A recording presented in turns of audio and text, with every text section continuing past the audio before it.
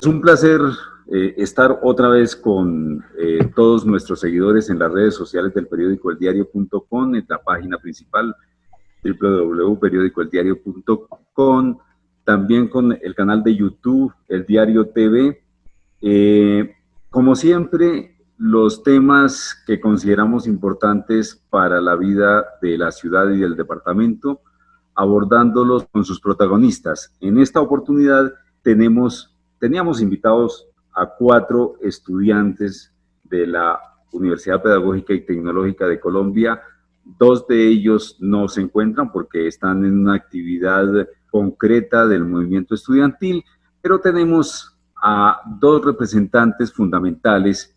El uno es Cristian Guerra, quien es estudiante de la seccional de Sogamoso de Ingeniería Electrónica. Es el representante de los estudiantes ante el Consejo Superior, que es la máxima dignidad de representación de los estudiantes en la universidad. Y está Cristian Tovaría, quien es estudiante de 10º semestre de Derecho de la sede central, representante de los estudiantes de la sede central ante el Consejo Académico. Estaban invitados los representantes ante el Consejo Académico del conjunto de los estudiantes y de las sedes. 2 estudiantes más que ocupan los sendos escaños ante el Consejo Académico, después del Consejo Superior, el órgano más importante de decisión de la universidad.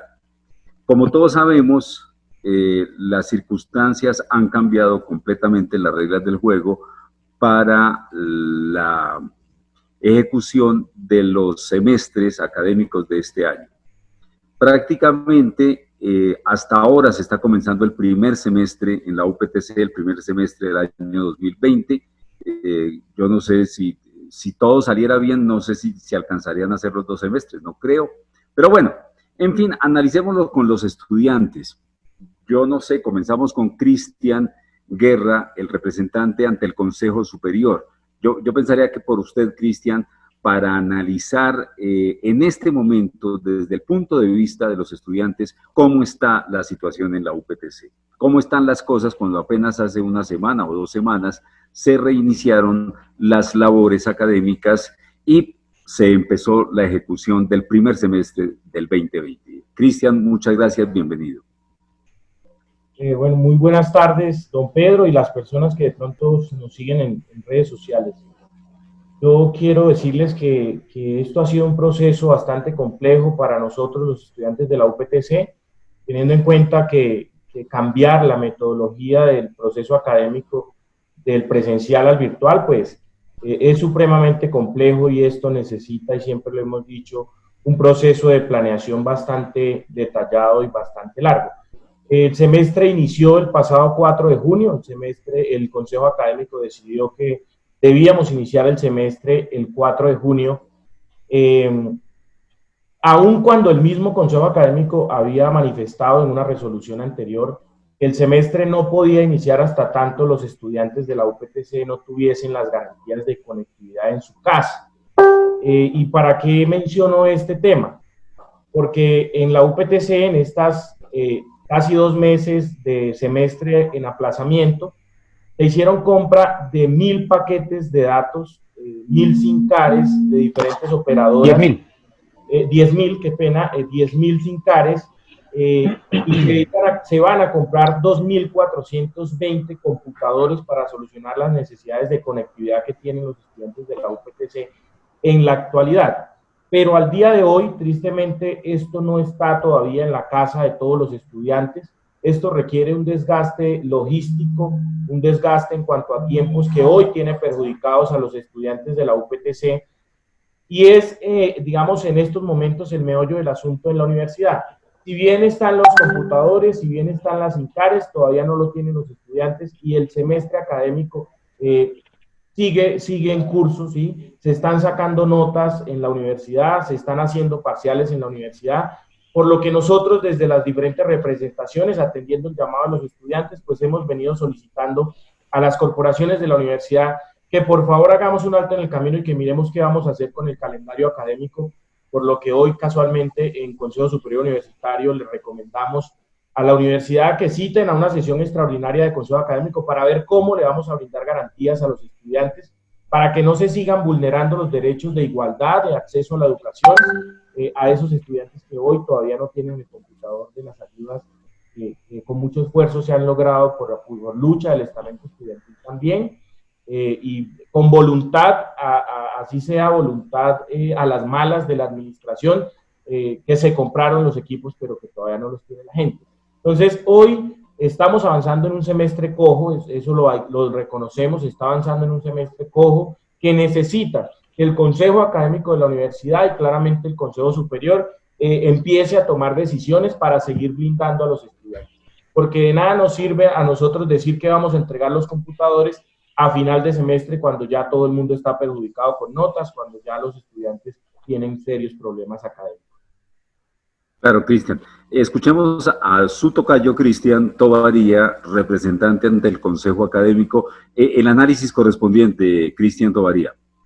Sí, bueno, digamos, lo que dice Cristian Guerra, digamos, en este pequeño resumen y en las conclusiones que él da, pues es un consenso que se ha dado, por lo menos desde el movimiento estudiantil, referente a las direcciones que se le han dado y a la universidad. Se han cometido varios errores que creería, digamos, a manera personal, que parten del hecho de una falta de comunicación y una falta, digamos, en esos principios de la administración pública referente a los diversos órganos que integran la universidad. Es decir, el Consejo Superior, el Consejo Académico, que son órganos que deberían ir a la par, no está en un inicio, no funcionaron de esa forma. Y de ahí para abajo las demás estructuras, como bienestar universitario, como innovación académica, como de TICS, etcétera, etcétera, por el mismo lado. En un inicio, desde las representaciones ante el Consejo Académico se dijo, hagamos un alto, suspendamos semestre, organicémonos, busquemos estrategias para solucionar a esa población que en ese momento era desconocida, de los chicos y chicas que no tenían conexión, que no tenían computadores. Se nos dijo, tomémonos 3 semanitas, sumemos la de Semana Santa, para que haya un primer acercamiento, no se van a sacar notas, no se van a sacar parciales, etcétera, etcétera, es simplemente un acercamiento para mirar.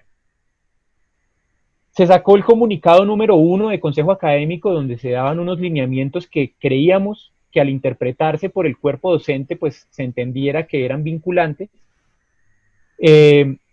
pero nos dimos cuenta con el transcurso del tiempo que pues no fue así. Muchos docentes, consternados la mayoría, porque pues pongámonos en los zapatos de ellos, de ellas, estar 20 años, 15 años, 7 años dictando clases en las aulas, preparando sus planes de trabajo en el aula de manera presencial, su didáctica, su pedagogía, y cambiar a la virtualidad. Ellos, algunos docentes, hay que decirlo, se pudieron acercar, otros ni fueron contratados, como fue el caso de los catedráticos, etcétera, etcétera, etcétera, que nos empezó a traer problemas, en donde ya nos llegaban las quejas de, venga hermano, me están sacando notas, no tengo internet. A manera personal, nos tocó hacer un esfuerzo grandísimo en mi familia para poder tener acceso al internet y poder, digamos, estar el día de hoy en esta reunión, porque pues no han llegado las ayudas de conectividad. Después de un mes de estar solicitando una sesión extraordinaria del Consejo Académico, pues fue una sesión ordinaria según los reglamentos cada mes, y allí se propuso de nuevo la suspensión de actividades. Esto fue el miércoles, jueves, si no estoy mal, después de Semana Santa, en donde fueron unas jornadas extensas desde las 9 de la mañana hasta las 10, 10 y media en sesión de Consejo Académico, y logramos la suspensión. Nosotros propusimos 4 a 6 semanas, ellos nos dijeron, no, van a ser 3, mientras hacemos un diagnóstico, un acercamiento, hacemos unas encuestas, o bueno, recopilamos información. Pasaron esas 3 semanas, nos dimos cuenta como Consejo Académico que no habíamos avanzado en esa recopilación de información, y dimos otra semana. Volvimos a dar esas discusiones en Consejo Académico, en donde existía una incertidumbre, según esos informes de innovación académica, del un 48% de estudiantes que no habían llenado la encuesta de toda la población de la universidad, que es cerca de 27.000 estudiantes de pregrado, tanto de presencialidad como de distancia y virtual. A partir de allí sale la resolución 20. Esa resolución 20, como lo dijo el compañero, tiene dos funciones. La primera, colocar una fecha tentativa, ¿sí?, de un posible inicio de clases. La segunda, crear una comisión del Consejo Académico en la cual nos encontramos las tres representaciones.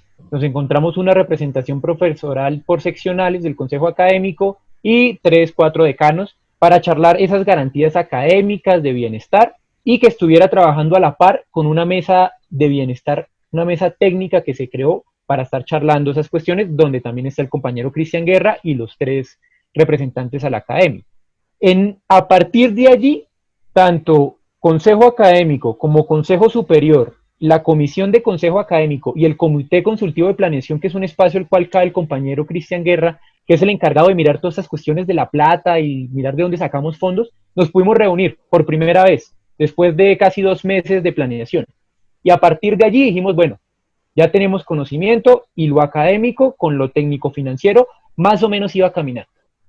Nos volvieron después a citar a un consejo académico que fue muy complejo por las posturas que se encontraban allí, en donde la administración nos decía, ya se han girado unos recursos, ya se va a destinar plata, ya existen los órganos o las comisiones competentes para charlar eso, pues démonos un inicio a clases. Nosotros seguíamos diciendo, insistiendo de que no teníamos la garantía aún de la conectividad y que esa resolución 20 nos decía que en su artículo 4, que sería como el segundo punto más importante, de que hasta que la universidad no brindara esas garantías de conectividad para estudiantes y docentes, no podríamos iniciar o no podríamos hablar sobre el inicio a clases. Se dieron las cosas, tanto la contratación de los equipos como la compra de los planes se retardó porque no teníamos una información certera aún después de 3 meses aproximadamente de la población estudiantil. ¿Por qué? Porque esas encuestas que hizo Innovación Académica preguntaban unas cosas que eran pertinentes, pero lo hacían por internet, cuando lo que queremos combatir es a la falta de internet, ¿sí? Entonces, vamos a dar garantías utilizando vamos a dar garantías de conectividad, pero para dar esas garantías de conectividad, usted necesita tener conectividad para inscribirse, ¿sí? Es esa lógica que nosotros le decíamos, pero ¿cómo es posible? Siguieron más reuniones en esas comisiones y al final se propuso que existía una información de innovación académica que no la podíamos desperdiciar. Existía una información que las diferentes facultades seccionales habían recopilado por cuenta propia de algunas escuelas de su población en ese acercamiento de las 3 primeras semanas. Nuestros becarios de la biblioteca, de dependencias administrativas también estuvieron trabajando y recopilando información. Y no la podemos desperdiciar. Juntemos esa información y saquemos, digamos, esa población para las INCARES. Se hizo así, se hicieron 2 convocatorias, tenemos más o menos unas, Cristian, no sé, unas 7.000, no, mentiras, unas 6.500, 600 INCARES ya asignadas, es decir, ya tienen un estudiante, ahora el problema es para entregarla. Se está buscando alternativas para completar los otros 3.000 cupitos que tenemos ahí de INCARES.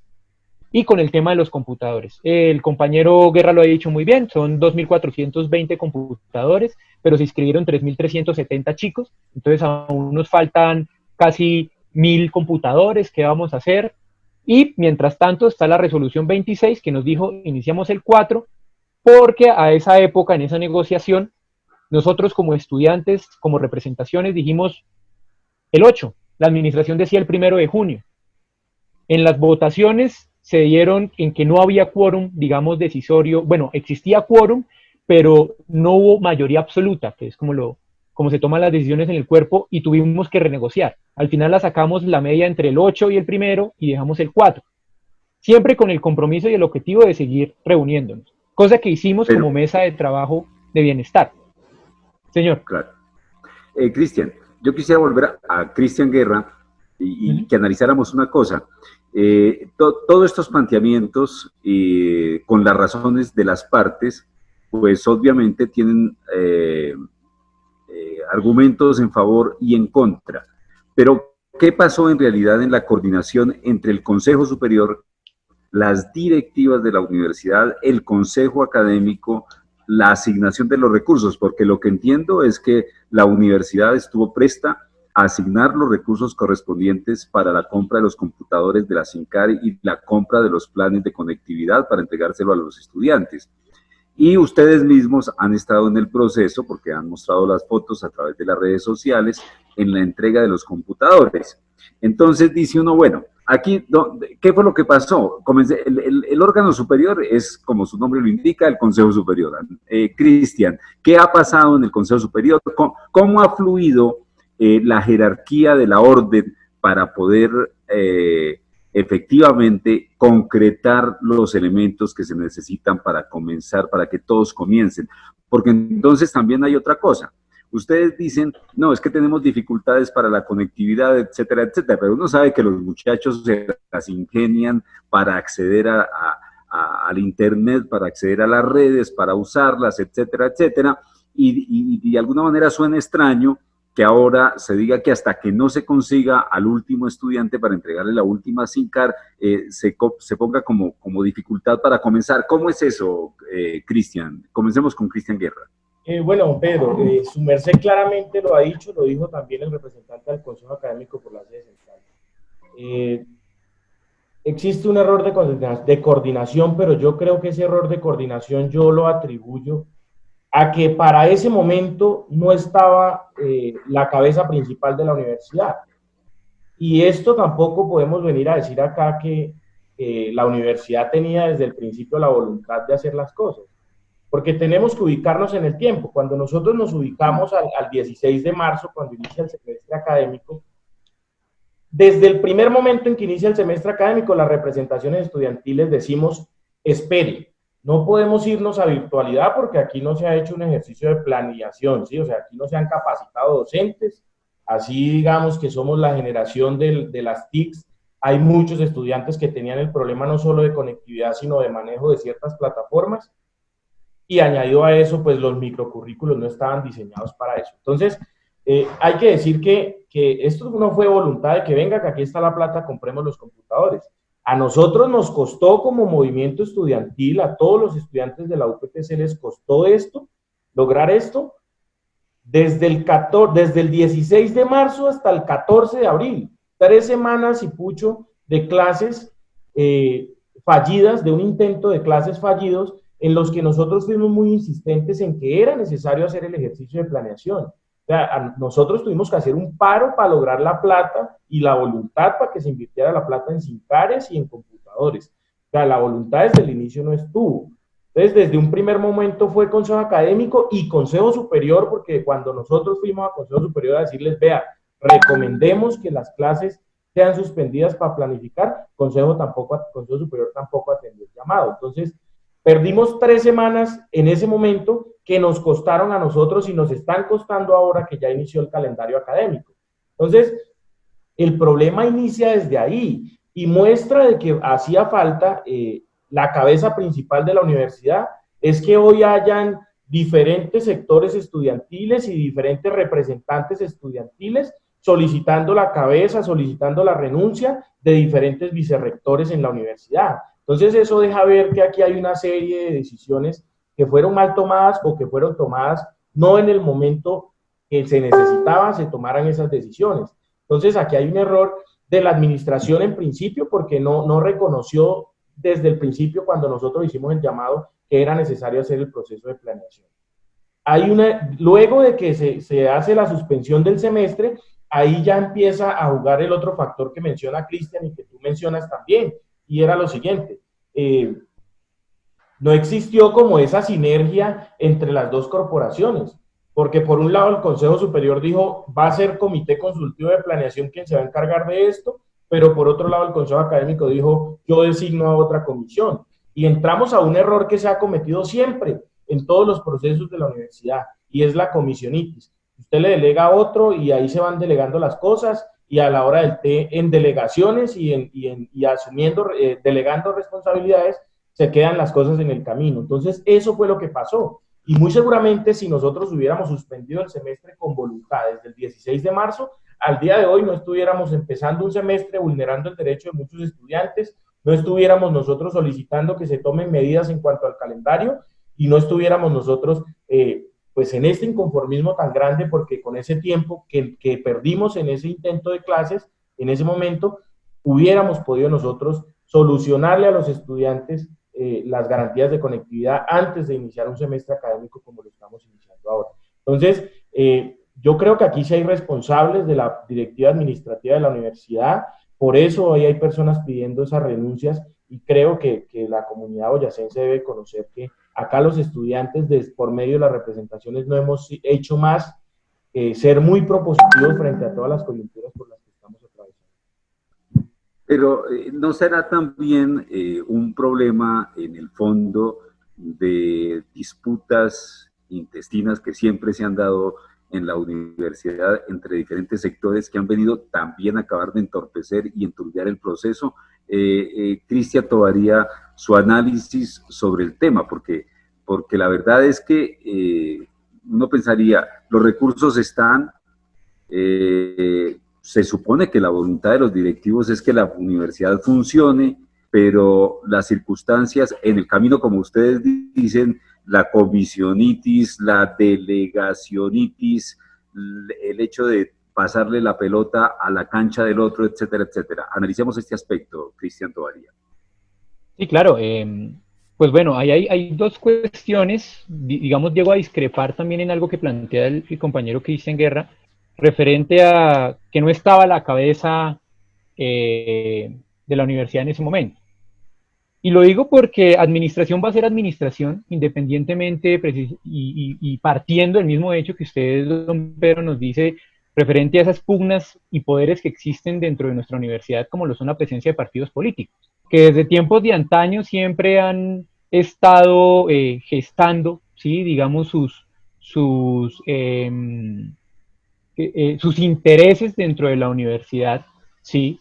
Como lo son el Partido Verde, como lo son Cambio Radical, como lo es Centro Democrático, el Partido Conservador, en donde se ha visto eso también permeado dentro del mismo movimiento estudiantil, en donde son esos partidos los que impulsan las campañas de algunas representaciones precisamente para tener quórum decisorio dentro de estas mismas, estos entes, ¿no? Porque pues entendemos que nuestra universidad maneja un presupuesto siempre altico y pues bueno, dentro de la misma macroestructura económica como funciona nuestro país, el tema de los contratos, yo te contrato, págame el voto, etcétera, etcétera, etcétera, pues la universidad está permeada también en ello. Entonces, partiendo de ese hecho, lo que nos hemos podido dar cuenta que independientemente de quien estuviese en la cabeza de la administración, existen una pugna de poderes dentro de la universidad que no permite que estos confluyan. Existe una extrema derecha que se ha plasmado desde el movimiento estudiantil como desde el movimiento profesoral con sindicatos que ni fu ni fa, ¿sí? Que tienen clara una necesidad de volver al poder, y tenemos pues una administración que en la parte superior pues es muy afín al Partido Verde, ¿sí? Que ha tratado de hacer las cosas. Como estudiante pues siempre voy a tener la postura de que pues muchas de las decisiones que tomen siempre van a ser influenciadas por sus intereses, ¿sí? Y pues esa pugna es lo que no ha permitido que florezcan. Los unos por no dejarse quitar el poder y los otros por llegar a ese poder. Sumado a ello, también vemos que existe una presión tanto nacional, del orden nacional, como internacional, de cómo se deben manejar las cuestiones.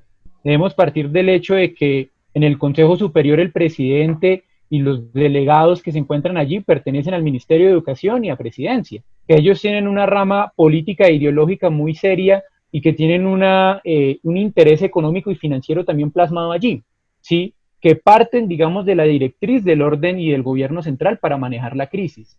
Entonces, lo que los administrativos en los consejos académicos nos trataban de decir es que pues, hay una planta docente que mantener, hay una planta docente y de trabajadores que no podemos desampararlos, y obviamente nosotros decimos no se pueden desamparar porque son trabajadores, son clase explotada, y que la Procuraduría y la Contraloría nos tienen ahí. Bueno, habría que discutir, ¿sí? Si la pandemia no ha permitido, digamos, flexibilizar un poco estos temas. Lo mismo que pasaba con los catedráticos. Entonces, yo veo que en gran medida, ¿sí? Las problemáticas que hemos tenido y que estamos afrontando como movimiento estudiantil en la actualidad parten del mal manejo que se le ha dado a la universidad en cierta toma de decisiones que van influenciadas por esa necesidad de mantener, sí, digamos, en el poder, no permitir que los otros sectores lleguen y dejando de lado, digamos, los objetivos claros de lo que sería, pues, darle lineamientos a una universidad. ¿Qué es eso? Es escuchar a sus estamentos y tratar de construir, sumado a la presión que desde los entes gubernamentales pues está dando, sumado a la presión financiera que se está también, bueno, más que financiera, económica, que se está gestando en la educación superior. Tenemos el acuerdo por el Superior 2034, en donde dentro de sus lineamientos precisamente la virtualidad está como un foco, ¿sí? Tenemos los lineamientos neoliberales de la OCDE, que pues bueno, entrar gracias a Santos no fue gratis, y donde la virtualidad y la tecnificación de las universidades, no en el buen sentido de la palabra, sino todo lo contrario, volver a los profesionales técnicos, mano de obra calificada y barata, pues se está implementando y la pandemia está dando ese patazo para ello. Por más que el SUBE diga que la pandemia actual no puede ser una excusa para modificar la presencialidad a la virtualidad, nosotros como movimiento estudiantil tenemos ese temor de que sí.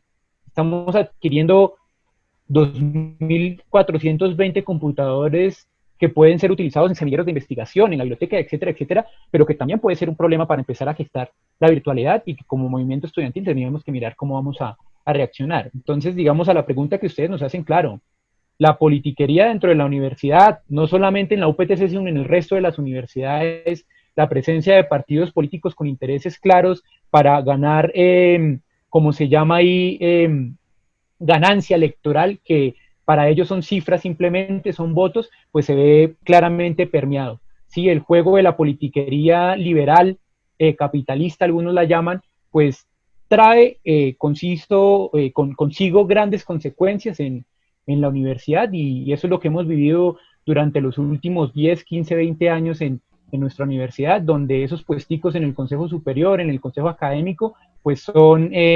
botines, por decirlo así, para los partidos, y pues continuar con el tema de la contratación, del poder, etcétera, etcétera, etcétera, etcétera, ¿sí? Digamos, Cristian, tenemos el gobernador, por listo. ejemplo, en el Consejo Superior. Sí, sí. Y bueno, ese sería otro tema que me gustaría tratarlo, pero mire, nos quedan 7 minutos. Yo quisiera en estos 7 minutos redondear las cosas. Y bueno, démosle en 3 minutos y medio para cada uno, en 3 minutos para cada uno, hagamos el análisis de lo que debe suceder de aquí en adelante. ¿Cuál es la visión de cada uno sobre lo que hay que hacer en la universidad, sobre todo para evitar que la mayoría termine perdiendo y la institución termine perdiendo por X o Y razón? Tenga quien tenga la razón, pero lo que uno pensaría es que hay que conciliar las cosas para ver si salvamos el semestre, por lo menos un semestre, para ver el problema presupuestal, a ver si se soluciona, qué va a pasar el año entrante. En fin, analicemos esto a ver qué salidas tiene realmente en el corto plazo y sin tanta reunionitis, sin tanta delegacionitis, sin tantos comités, sin tantas cosas, sino objetivamente. Cristian Guerra. Bueno, Pedro, pues yo creo que para nosotros en estos momentos salir bien, tanto la institución como los diferentes estamentos, yo creo que tendríamos como representante del Consejo Superior y conocedor del presupuesto de la universidad, que es algo que me preocupa, yo creo que tendríamos que enfocarnos en todo el tema presupuesto, ¿no? Lastimosamente la ley 30 del 92, y eso es lo que históricamente hemos venido peleando los estudiantes desde el mismo 92, es que en su artículo 86 y 87 congela el presupuesto de las universidades públicas del país, de las instituciones de educación superior públicas. Es decir, en la UPTC cerca del 45% del presupuesto es un presupuesto que hace parte de aportes de la nación y el otro 55% aproximadamente son recursos propios de la universidad. O sea, nosotros tenemos una universidad que prácticamente está financiando sola. Y en estos momentos, si nosotros hablamos de qué compone esos recursos propios de la universidad, tendríamos que mencionar la matrícula del pregrado, por ejemplo, que es una solicitud que se está haciendo y es que sea matrícula cero, que no tengamos que pagar la matrícula a los estudiantes el próximo semestre, porque ni los estudiantes ni las familias colombianas y boyacenses tienen la plata en medio de esta crisis sanitaria para pagar su semestre académico. Entonces son 18.000 millones de pesos que ya la universidad muy seguramente en estos momentos tiene muchas posibilidades de no recibir, acarreando esto unas consecuencias académicas para los estudiantes gravísimas, como que no se matriculen, la deserción estudiantil y un montón de cosas más. Pero entonces, si hablamos de los estudiantes de pregrado, con pregrado pasa lo mismo. Tristemente, yo lo he denunciado en muchos escenarios. La universidad ve los pregrados en los posgrados en la universidad como si fueran la gallinita de los huevos de oro, ¿sí? Entonces, simplemente ve a esos estudiantes como de los estudiantes que pagan más, a los cuales no hay que de pronto brindarles ciertas garantías que a veces sí se dan en el pregrado, uno entiende que es un carácter completamente diferente, pero usted va y revisa y se encuentra que los mismos estudiantes que están en los posgrados pagando 8 salarios mínimos de matrícula son los mismos estudiantes del pregrado, pero que se están endeudando con créditos en el ICETEX y un montón de instancias más que el gobierno nacional se ha venido inventando con el paso de los años, como con el tema del Acuerdo por lo Superior 2034, como el tema de la Ley 1911 de financiación contingente al ingreso y un montón de cosas más. Entonces, ahí yo vuelvo y remito el debate a presupuestos. Son 17.000 millones de pesos que la universidad tampoco sabe si va a recibir por conceptos de matrícula de posgrados. Y que hoy en Consejo Superior se aprobó un plan de alivios de pronto para que ellos no tengan que pagar la totalidad de su matrícula y que la universidad suma un poquito. Pero entonces, en lo pronto, tendríamos que hablar del presupuesto de la universidad para pensar en la institucionalidad y la garantía para los estudiantes y los entes académicos. Pero también tenemos que dirigir el debate a cuáles van a ser las garantías académicas que van a tener los estudiantes. ¿Por qué? Sigue avanzando el calendario académico, se siguen sacando notas, se siguen recibiendo trabajos y muchas personas hoy todavía no tienen las ayudas en su casa. Entonces, lo primero sería dirigirnos al calendario académico, ver qué vamos a hacer con el calendario, si va a ser congelarlo, si va a ser aplazarlo, si va a ser dar unas semanas de colchón, o qué vamos a hacer como institución en aras de que no se sigan perjudicando académicamente a los estudiantes, mientras hacemos llegar las ayudas, y vamos pensando sobre la marcha también, no del calendario, sino con el paso de estos días, cómo podemos ir implementando protocolos para el retorno a la educación presencial. Ya hay universidades que tienen un protocolo claro y que saben qué es lo que ellos van a venir haciendo para que su protocolo brinde todas las garantías de salubridad para las personas y no se ponga en riesgo su vida y no se ponga en riesgo la vida de las personas que están en su hogar. Entonces, eso es lo que como universidad tenemos que ir implementando. Por ejemplo, en la UPTC, todas sus entradas, con excepción de la Facultad de Ciencias de la Salud y la extensión de Derecho en Agua Azul, son con torniquetes. Ya los torniquetes no nos sirven porque son un foco de contagio para las personas de la universidad. Entonces ya tenemos que ir pensando cómo quitamos torniquetes y cómo preservamos la seguridad dentro de la universidad, que no se vayan a meter externos con otros fines, y cómo preservamos que no seamos un foco de contagio para la sociedad en general.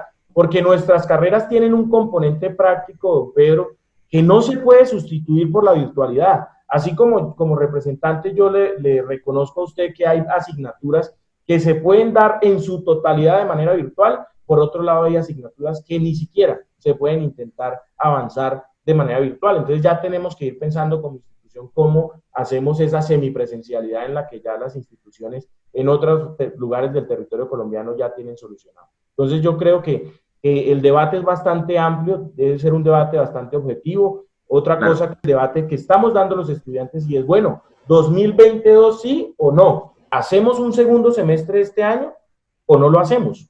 Y yo en todos los escenarios he invitado a los representantes y a los compañeros estudiantes que están muy interesados de estos temas a que por favor nos reunamos y planteemos las diferentes posturas, ¿sí? Y yo lo que he venido haciendo es como esclarecer qué podría pasar en las dos condiciones, don Pedro, y es que en el caso en que tengamos un 2022, nos obliga a que tengamos un semestre apretado y un semestre cojo que ya empezó, y un semestre que va a ser medio semestre este año y medio el próximo año.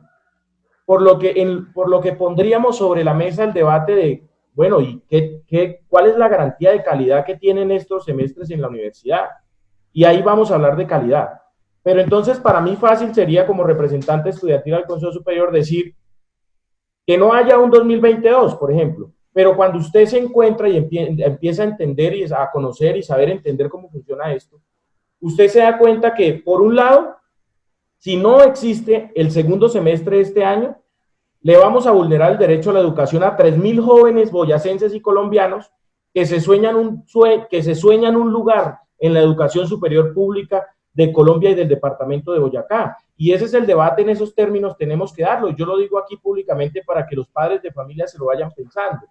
Y es listo, si tenemos un solo semestre, pues muy seguramente vamos a tener calidad para 27.000 estudiantes, pero le vulneramos el derecho a 3.000 que quieren un lugar en la UPTC.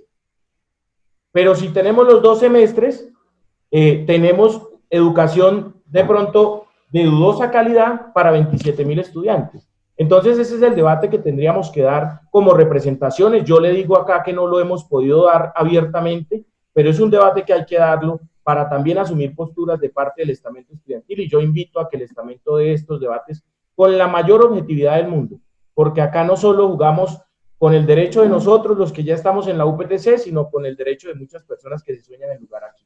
Entonces eso como para resumir, y ojalá tengamos ese debate para tratarlo en otro espacio a fondo y tengamos en cuenta todas las consideraciones. Gracias. Pues, Cristian, muy interesante esos planteamientos, y además que hay que tener en cuenta que qué va a pasar en adelante, no solamente con los que aspiran, sino también con muchas decisiones de retirarse o de no matricularse, por ejemplo, que es otro de los filones de este problema.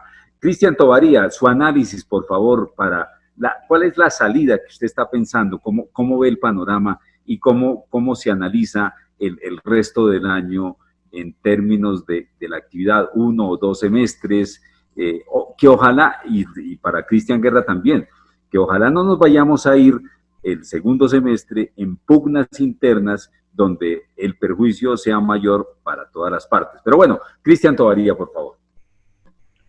Sí, bueno, la intervención la voy a dividir en 2. El primero, tratar de solventar una propuesta para el 2021 que pues ya está en funcionamiento, ya ese tren está en marcha y tendríamos que buscar estrategias. La primera de ellas, y es, digamos, la que nos sirve para ambos, es el diálogo. Como te dijo, esas estrategias de posible solución sería el diálogo, que en teoría, entre comillas, ya existe. Que ese diálogo tenga consecuencias materiales, bueno, ya es distinto. Sí, de nada, a nosotros nos sirve reunirnos en el académico y en superior, cuando a la hora 20 las decisiones que se toman pues no son a favor de lo que se propone, o al menos no se tiene ni en cuenta de las posturas que se traen en esos espacios, cuando los intereses financieros son los que priman. A partir de allí, como movimiento estudiantil, después de ese diálogo, es necesario que nos organicemos como siempre lo hemos hecho, ¿sí? Y a partir de allí propongamos políticamente. ¿Cuáles son las propuestas que en el ahora, en esta ruta que nos estamos planteando para asumir esta crisis de 2021 marchando cuando no tenemos garantías? Y es, primero, un consejo académico extraordinario, donde allí se traten garantías académicas, garantías financieras. ¿Cuáles son esas garantías académicas? El tema de pausar el semestre, congelarlo, bueno, eso ya sería cuestiones de semántica, hay que mirar cómo le hacemos para pausar el avance de contenidos programáticos con evaluación. Estamos en semana 3. La resolución 26 dijo semana 1, semana 2 no se pueden sacar notas, ya se están sacando notas. Así la resolución 26 nos diga que no, las anteriores semanas ya se están sacando notas. ¿Por qué? Por desconocimiento de los docentes. Bueno, no sé, son funcionarios públicos, tienen que leer el reglamento interno de quienes están por encima de ellos y rigen esos con lineamientos, el funcionamiento académico de la universidad. Entonces, poner una pausa para que aquellos y aquellas que no han podido acceder a su primera clase tengan un tiempito para conectarse.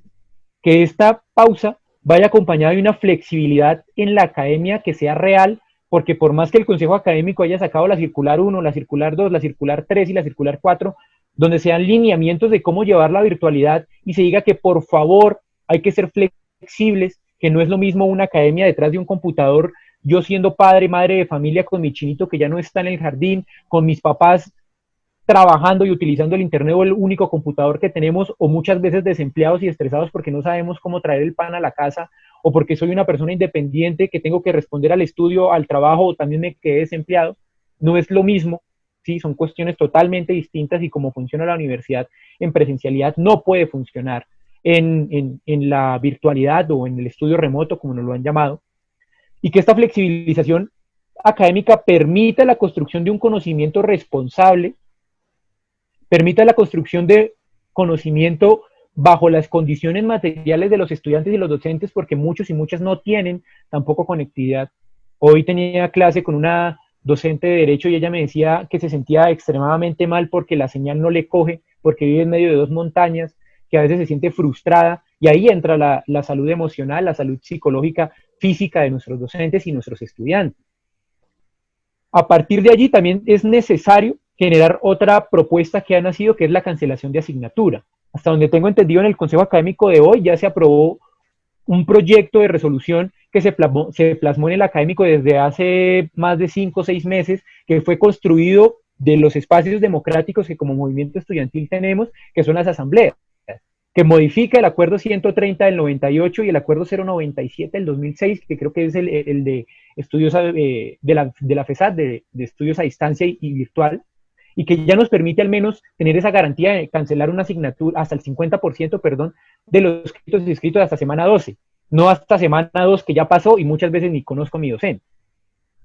Con estas garantías académicas, de la mano, a la par, deben haber unas garantías financieras tales como la cancelación de semestre con reserva del cupo, con congelamiento de matrícula y sin pago de PIN de reintegro, para aquellos casos especiales que se demuestre de fuerza mayor, caso fortuito, como está establecido en los reglamentos internos de la universidad, aquellos y aquellas estudiantes que les fue imposible conectarse, que tienen una aflicción emocional, psicológica, psiquiátrica o física que les impidió conectarse al computador, y que pagaron una matrícula que puede ser desde un salario mínimo hasta 3, 4 salarios mínimos, pero que es plata, que para la clase popular es muy valiosa, y con la actual recesión económica es aún más valiosa, y que se les permita entrar en las condiciones por las cuales ingresaron a la universidad, que es la presencialidad. Si yo soy un joven o una joven que tengo una beca interna o externa, que tengo que mantener un promedio, soy joven en acción, que no puedo cancelar semestre porque me quitan esos beneficios, también se está tratando para que la universidad genere una clase de certificado, que el estudiante, la estudiante pueda llevar a esos espacios y decir, venga, es que cancelé, pero no fue porque yo quise, no fue por Aragán, sino porque no pude simplemente conectarme, y si usted me quita la beca, me quita jóvenes en acción, o me sube los impuestos en el ICETEX, etcétera, etcétera, etcétera, etcétera, no voy a volver a estudiar, no puedo seguir estudiando. Y ojo que la Corte Constitucional, los tratados internacionales nos dice que la educación superior hay que ponerle atención, porque es esa capacidad que tenemos, dijo Camilo Torres hace 50 años, más de 50 años, que tenemos los estudiantes de avanzar en el conocimiento, avanzar socialmente y avanzar económicamente, que lastimosamente en nuestro sistema económico y en nuestro país pues no funciona. Eso funcionaba hace 30 años, pero ahorita vamos a salir a ser unos desempleados más, ¿sí? Para los abogados, los ingenieros, los arquitectos, los docentes, esa es la realidad de nuestro país. A partir de esta cancelación de semestre, también hay otras garantías financieras que se solicitan como vedurías de cómo se están girando esos dineros, los contratos, que se nos rindan cuentas de han contratado más personas, no han contratado, porque es muy importante eso de cómo funciona la universidad, por lo que decía Cristian, la parte financiera no la podemos dejar de lado. Y a partir de allí permitirnos dar las discusiones de plata que para el movimiento estudiantil es importante, como el tema de las prácticas. ¿Qué va a pasar con el tema de las prácticas cuando ahorita no podemos montarnos en un bus 40, 45 chinos y chinas e irnos a La Guajira o a irnos a campo, como es la Facultad de Ciencias? ¿Qué va a pasar con ese dinero? ¿Cómo lo vamos a invertir? No se nos ha permitido, digamos, esos espacios, no se nos han dado la oportunidad para discutirlos. A mediano plazo, discutir el tema de los vacacionales. Si como movimiento estudiantil decidimos no asumir un segundo semestre bajo la virtualidad, porque es muy compleja, porque somos conscientes de que con las ayudas que se han dado aún no llegamos a ese 100% de estudiantes, pues busquemos otras estrategias como los vacacionales, por ejemplo. Ir avanzando en lo teórico, dejar lo práctico mientras se puede, digamos, la pandemia nos permite entrar a los laboratorios y que se puede ir charlando durante el camino del semestre, como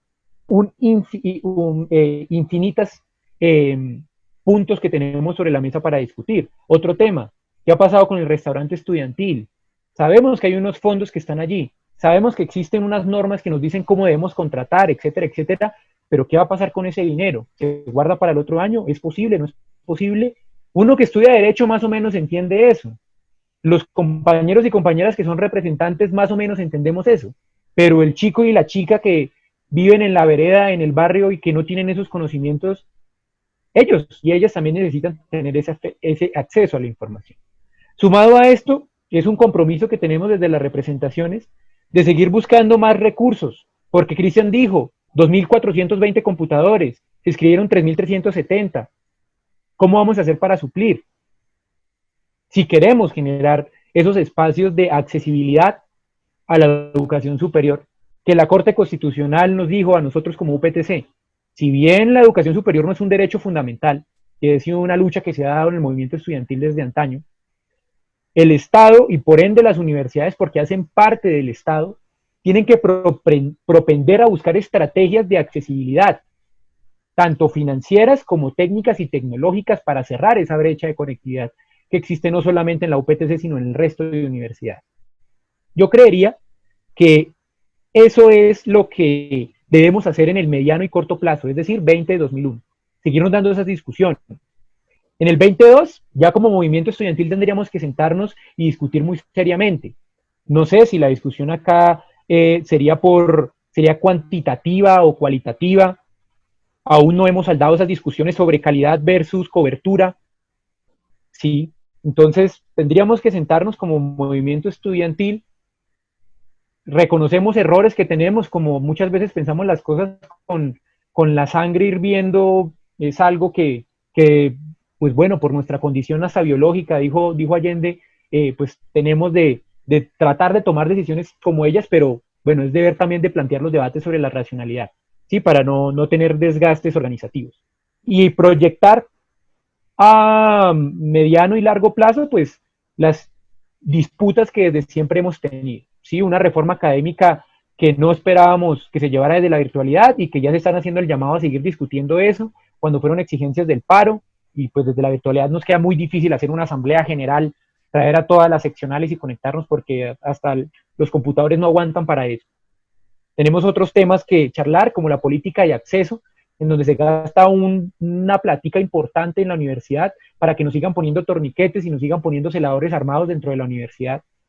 Hay que charlar más temitas como la ampliación de los restaurantes que ya no alcanzan, que en la presencialidad en la sede central, y sé que puede suceder en las demás seccionales, nos quemamos 2 horas haciendo fila en un restaurante a la intemperie, bajo el sol, bajo la lluvia, para poder acceder a algo que es el mínimo vital, que es nuestra alimentación.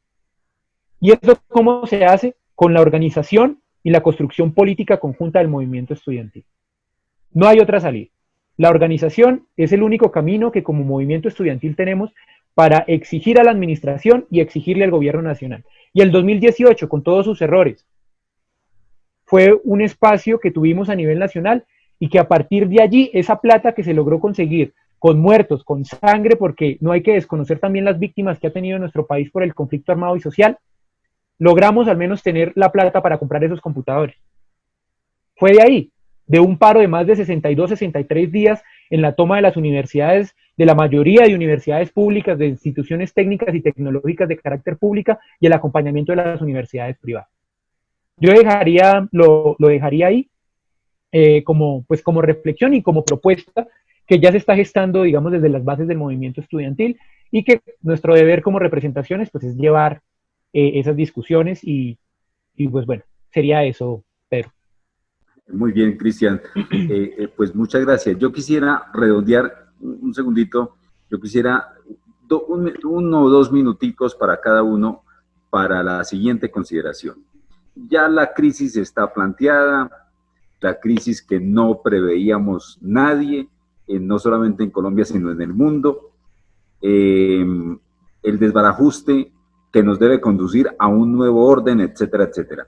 La pregunta es, restablecida la autoridad en la universidad, es decir, con el regreso del rector titular a su cargo y con la estructura que hay en este momento, ¿ustedes creen que llegó el momento de sentarse sensatamente a discutir y a buscar las salidas antes, repito, insisto, que profundizar en las pugnas y en las rivalidades y en los intereses de sectores y de personas particulares? ¿Cómo analiza cada uno este aspecto? ¿Cómo está el ambiente realmente de aquí para allá con el regreso de Óscar Ramírez de nuevo a la rectoría?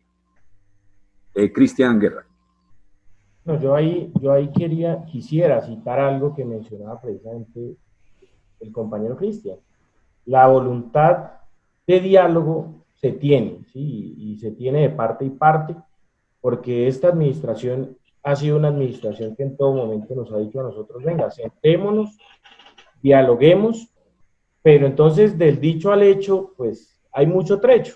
Y ese es el problema. A nosotros la administración nos escuchó en marzo, vuelvo y reitero, y ellos nos dijeron, bueno, ¿qué necesitan? Y nosotros planteamos que las necesidades eran unas, y a la hora de tomar las decisiones, pues se tomaron decisiones completamente diferentes.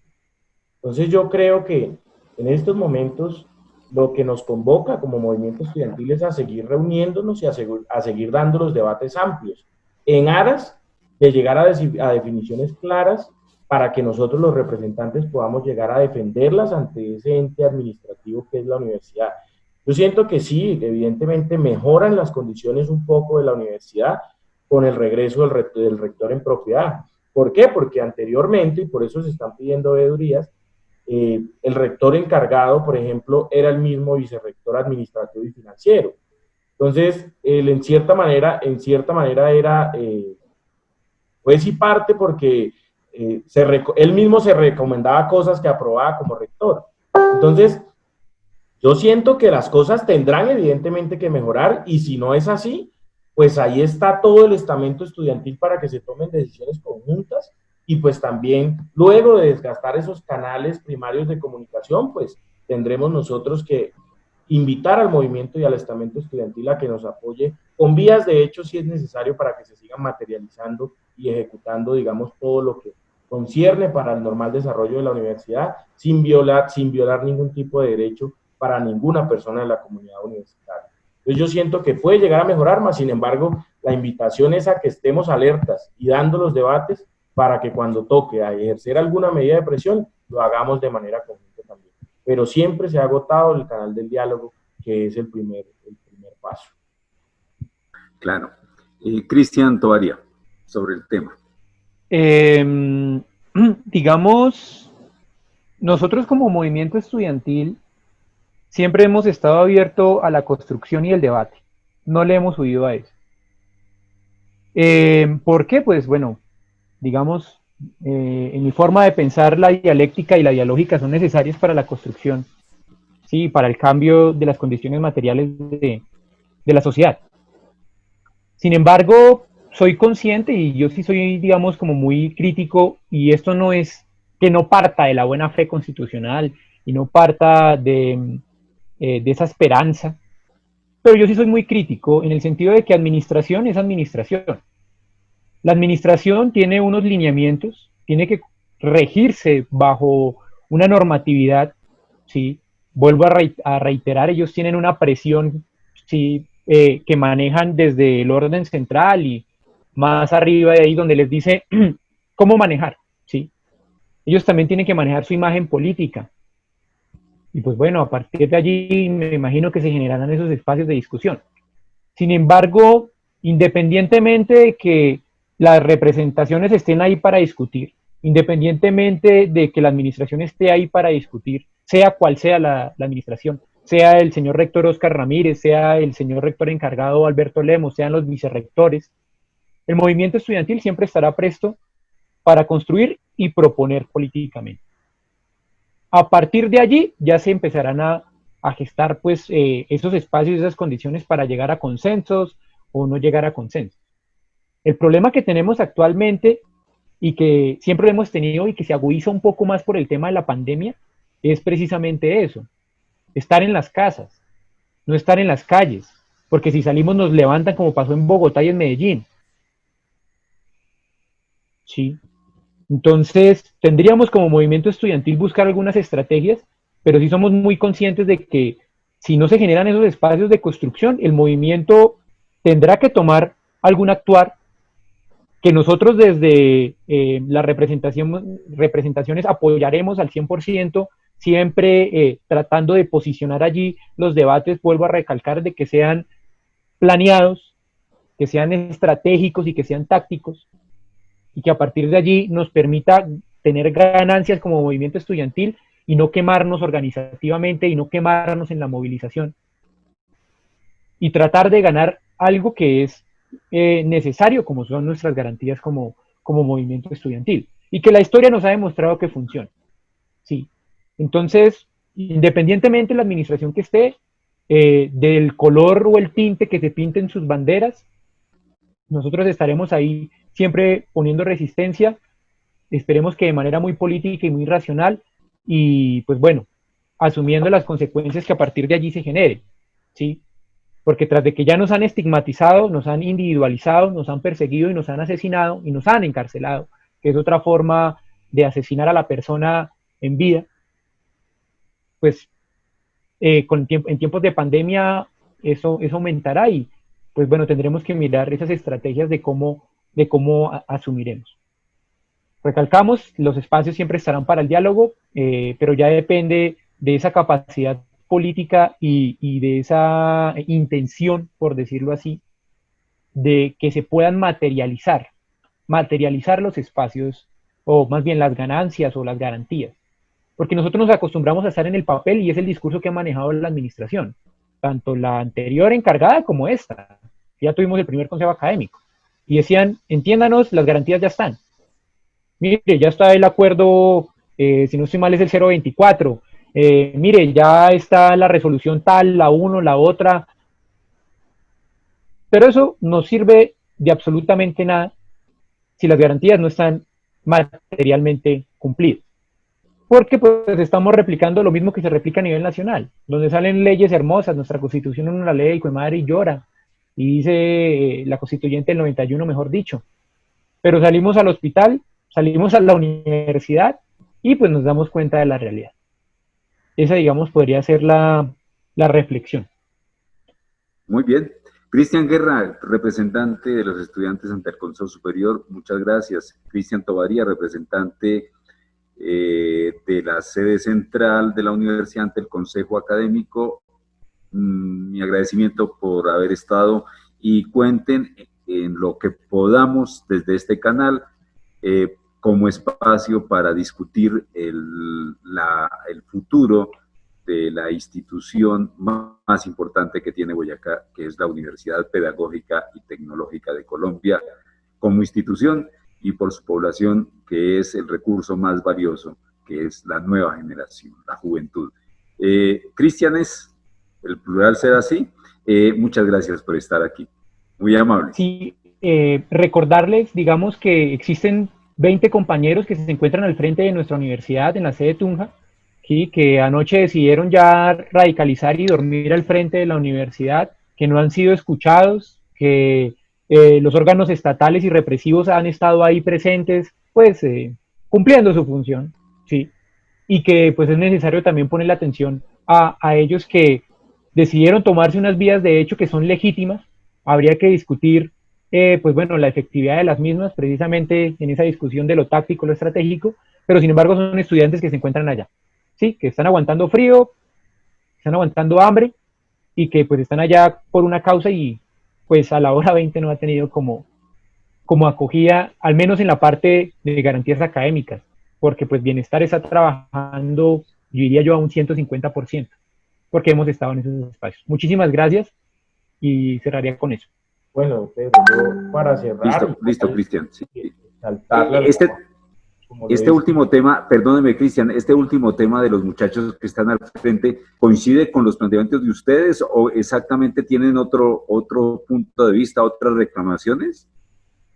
No, yo creería que son las mismas, Cristian digamos, Tovaría, y un en el tema minutico. académico. En el tema académico, en el tema financiero, en el tema de bienestar, son absolutamente las mismas, ¿sí? Su merced puede, digamos, Ajá. contactarse con ellos y es lo mismo que están diciendo y lo que ya se ha dicho pues, acá, ¿sí? Es lo que podría Ajá. decir y es lo que conozco. Muy bien. Estaremos pendientes porque ya estaban los otros dos estudiantes invitados para este foro. Cristian Guerra, por favor. Bueno, Pedro, ¿Qué yo tenía quería que contar? agregar algo. Ya que mencionamos el tema de los compañeros que están allá, yo quiero decir que ha sido una labor titánica la de los compañeros. A mí me parece que sí han tenido grandes logros ahí y es hacer que la comunidad boyacense se entere de lo que está pasando en la UPTC. Hay que recordar que allá, enfrente de la UPTC, hoy cumplen 8 días y, y están las dos representaciones más importantes de la universidad. Dos de las más importantes de la universidad están allá, hay representantes de comité curricular, representantes que están allá con estudiantes defendiendo lo que también con argumentos defendemos acá y ellos desde ese espacio. Hay diferentes formas de lucha en el movimiento estudiantil. Ellos han decidido hacerlo de esta manera y es completamente respetable. Yo, por otro lado, sí creo y considero que ellos han hecho parte fundamental de todo esto.